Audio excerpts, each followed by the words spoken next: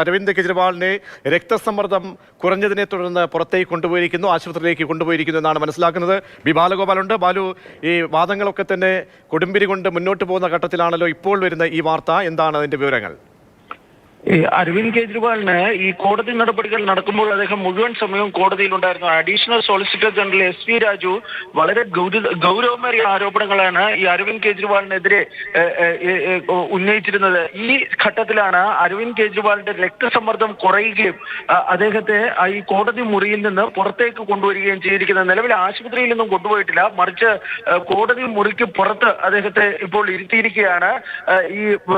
ഇത്തരത്തിൽ അതായത് അദ്ദേഹത്തിന്റെ ഈ സമ്മർദ്ദത്തിലുണ്ടായിരിക്കുന്ന ചെറിയ വേരിയേഷൻ, അതിന്റെ അടിസ്ഥാനത്തിലുള്ള ക്ഷീണമാണ് അദ്ദേഹത്തിന് ഉണ്ടായിരിക്കുന്നത് എന്നാണ് ലഭിക്കുന്ന വിവരം.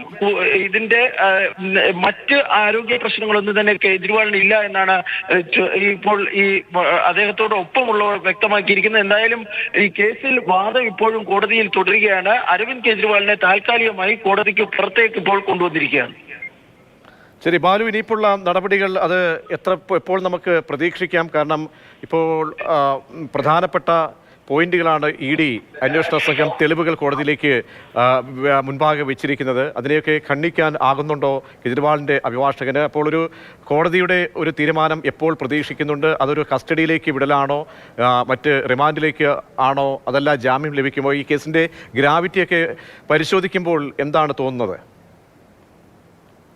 ിയ കാര്യങ്ങളാണ് അഡീഷണൽ സോളിസിറ്റർ ജനറൽ ഇന്ന് കോടതിയിൽ വ്യക്തമാക്കിയിരിക്കുന്നത്. ഇതിൽ എങ്ങനെയാണ് ഇതൊരു പ്രെഡിക്കേറ്റ് ഒഫൻസ് ആകുന്നത് എന്നത് ഉൾപ്പെടെയുള്ള കാര്യങ്ങളിൽ അഡീഷണൽ സോളിസിറ്റർ ജനറൽ കോടതിയിൽ വ്യക്തമാക്കിയുണ്ടായിരിക്കുന്നത്. ഈ കേസിൽ ഒരുപക്ഷെ ഇത് ആദ്യമായിട്ടായിരിക്കും അരവിന്ദ് കെജ്രിവാളുമായി ബന്ധപ്പെട്ട മണി ട്രയലിനെ സംബന്ധിച്ചുള്ള വിശദാംശങ്ങൾ ഇപ്പോൾ ഈ സർക്കാർ, അതായത് ED വ്യക്തമാക്കുകയും ചെയ്തിരിക്കുന്നത്. എങ്ങനെയാണ് ഇതിന്റെ പണം, ഈ കേസുമായി ബന്ധപ്പെട്ട അഴിമതി പണം കൈമാറ്റം ചെയ്യപ്പെട്ടതെന്നും അതിന്റെ ഇടനില, അതുപോലെ തന്നെ എവിടെയൊക്കെ അത് കൊണ്ടുപോയി തുടങ്ങിയ കാര്യങ്ങളിലൊക്കെ സംബന്ധിച്ചുള്ള കാര്യങ്ങളാണ് additional solicitor general SV Raju EDക്ക് വേണ്ടി ഇന്ന് കോടതിയിൽ വിശദീകരിച്ചിരിക്കുന്നത്. അതിൽ പ്രധാനപ്പെട്ട ഒരു കാര്യം, ഇതിന്റെ ഭാഗമായി ഗോവ നിയമസഭാ തെരഞ്ഞെടുപ്പിൽ ആം ആദ്മി പാർട്ടി സ്ഥാനാർത്ഥികൾക്കായി പണം കൈമാറ്റം ചെയ്യപ്പെട്ടു. അതിനു പുറമെ വിവിധ ഘട്ടങ്ങളിൽ പണമായി തന്നെ പണം കൈമാറ്റം ചെയ്യപ്പെട്ടു തുടങ്ങിയ ആരോപണങ്ങളൊക്കെ ഈ അഡീഷണൽ സോളിസിറ്റർ ജനറൽ കോടതിയിൽ ഉന്നയിക്കുകയും ചെയ്തിട്ടുണ്ട്. ഏതായാലും നിലവിൽ ഈ കെജ്രിവാളിന്റെ അഭിഭാഷകൻ അഭിഷേക് മനു സിംഗ്വി ഈ കേസുമായി ബന്ധപ്പെട്ട് അദ്ദേഹത്തിന്റെ മറുപടി ആരംഭിച്ചിരിക്കുകയാണ്. അതിന്റെ അടിസ്ഥാനത്തിൽ അതായത് ഈ ആരോപണങ്ങളെ സംബന്ധിച്ചുള്ള തങ്ങളുടെ വിശദീകരണം, തന്റെ എതിർവാദം ഇപ്പോൾ അഭിഷേക് മനു സിംഗ്വി കോടതിയിൽ ഉന്നയിക്കുകയാണ്. അതാണ് ഇപ്പോൾ കോടതിയിൽ പുരോഗമിക്കുന്നത്.